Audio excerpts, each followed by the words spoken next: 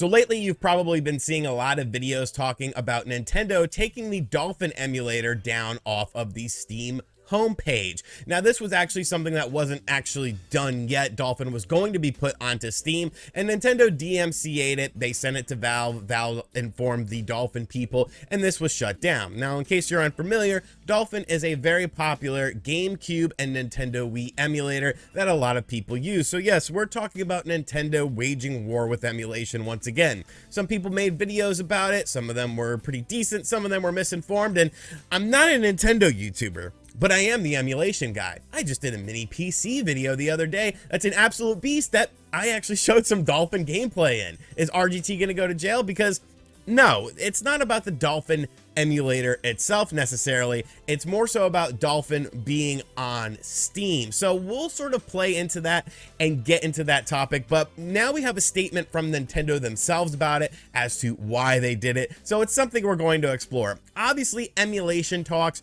are always kind of a hot topic. Some people are like, oh, emulation bad. And then there's people like me that are like, no, emulation good, preservation as well. And then there's just a lot of misinformed opinions out there, and of course you have the simps for these companies that, you know, they just live and die by it. But here's what we got going on, and this is going to be, you know, as basic as possible, breaking it down so it's nice and easy for you guys to sort of understand, because, you know, a lot of this is technical mumbo jumbo. So here is the basically what happened with this. This happened just a few days ago.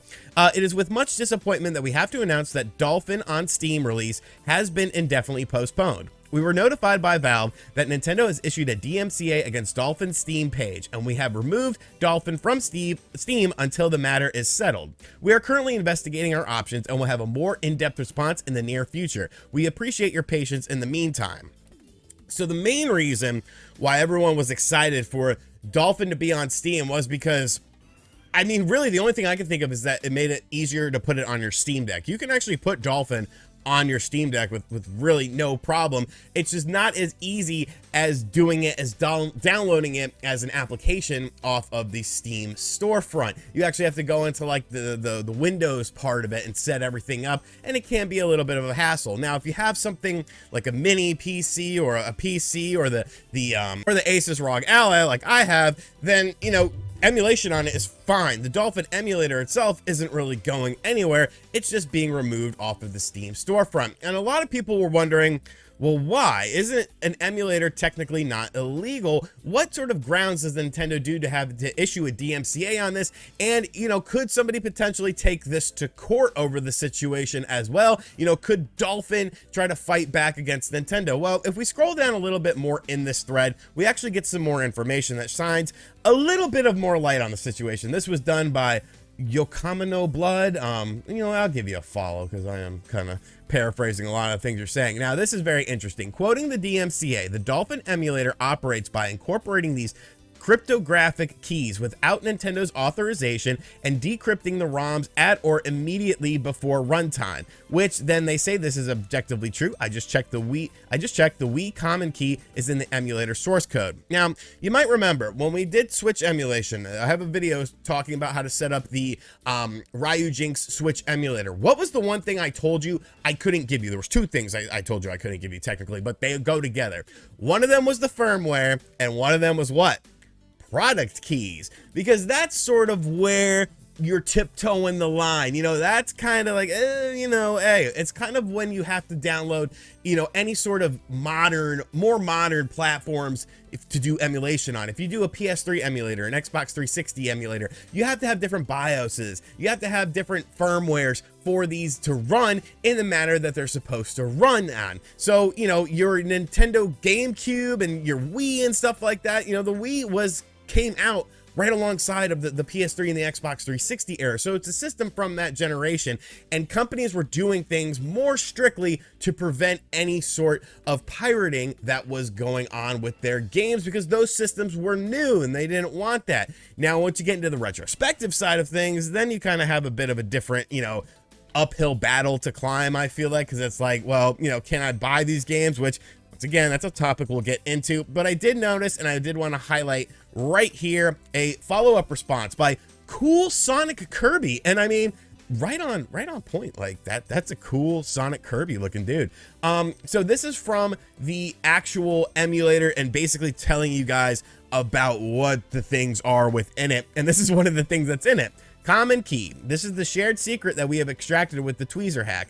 This key is known by all Wiis, but is never used directly to encrypt anything. Instead, all titles are encrypted with a random AES key. The key is then encrypted with the common key and then stored inside a ticket. The ticket is then transmitted along with the current content on disks. It's a part of certificates found before the encrypted data starts. Thus, knowing the common key allows you to decrypt most Wii content as long as you have the right ticket. This key is stored in the OTP area inside of the Scarlet ARM core or Startlet ARM core or inside the Hollywood package. So that's how you get the keys for this sort of stuff, because now it's kind of like, you know, as you could go here, well, why didn't they notice this before and this, that, and the other? And it's like, well, maybe Nintendo didn't necessarily know how this worked, and that it's baked into it, and it doesn't even necessarily need to be baked into it, because if you go back to the other emulators we discussed, they don't have the keys baked into it. You have to go and seek them out yourself. It's not necessarily a very hard thing. It's uploaded on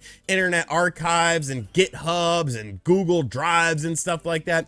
It wouldn't necessarily be the end of the world, but it is something that Nintendo obviously is looking at now with a more keen eye, because there are things within there that, you know, it's definitely leaning more towards that illegal area when we're talking about the gray area. But like I said at the start of this video, Nintendo has actually given a response to it, and this is where they start to lose me, because on a technicality level, technically yes, they are within their rights of doing something like this, and I kind of understand it. I'm gonna put an asterisk there, but let's go ahead and look at what they said and basically how this plays into what we're just talking about here. And here is the statement. This statement was given to Kotaku. Why you would talk to Kotaku, literally the anus of video game websites, the dirty, smelly anus, I don't really know. But here's what the person said. It not only explains why Nintendo went after the emulation team, but also why Nintendo so aggressively fights emulation in general.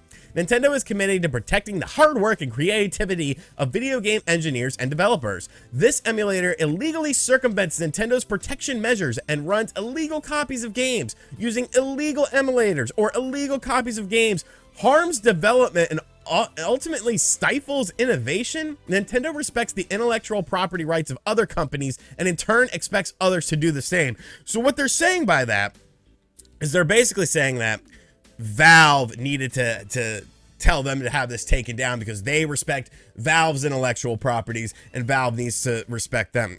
Okay, that's fine. You know what? I'll give you that 100%. That's fine. Here's where I get the problem though. Using illegal emulators or illegal copies of games harms development and ultimately stifles innovation. On what planet is that?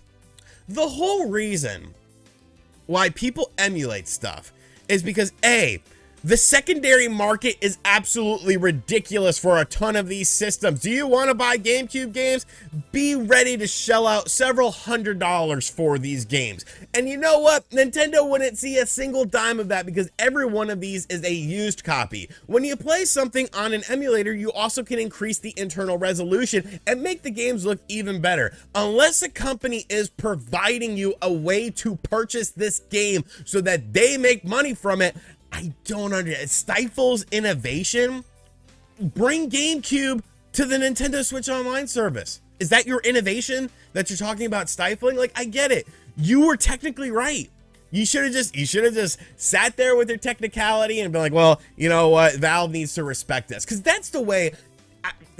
Optics is everything with a lot of people. That's the way you make it look good. And you're just like, hey, you know, this was on the Steam storefront. Valve should be taking down this sort of stuff because it could potentially violate our intellectual property. And I think people would have been like, oh, you know, okay, it's not like they're going after the emulator itself, which, I mean, they might be, but it's not like they're going after the emulator itself. They're going after the fact that it's available on the Steam homepage.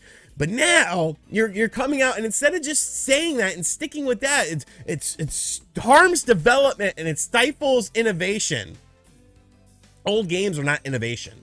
Old games are something that everyone should be able to enjoy, and if they decide to do it via emulation, it's of no concern to you because you're not making money off of it until you're releasing games with enhanced features from the GameCube era and making it so that you are getting monetary value from it. I don't understand the point. I know that there's people that just hate emulation across the board. Nintendo, don't steal from Nintendo, the billion and several billion-dollar company that does limited releases of stuff, this, that, and the other. But if at the end of the day, I can see all sides of the coin. But when it comes down to the fact that I cannot purchase this game and give the company and the people who made it and the publisher and the developer any sort of money, I don't think you have a case. I don't see what you're concerned with, because I can't buy any of these games and give you the money. So that's what Nintendo says. That's what's going on with this Dolphin thing. Let me know in the comment section down below what you think of this. Is this a sign of things to come? Will Nintendo try to go after other emulation companies? Will Dolphin have to remove the keys from the Dolphin emulator and make it so that you just have to download them separately and just add it into it, which, I mean, really isn't the end of the world if that's what the case may be. And as always, guys, thank you for checking out this video. Hope you guys enjoyed it. Hope you guys had a great weekend. I'm filming this Sunday night. I'm a little drunk. I had my uncle's Memorial Day party. It was a good time, you know, a lot of fun to be had. Okay, whatever. I made it through this video, and I'm proud of myself for that. And as always, I'll catch you guys on the next video. Later.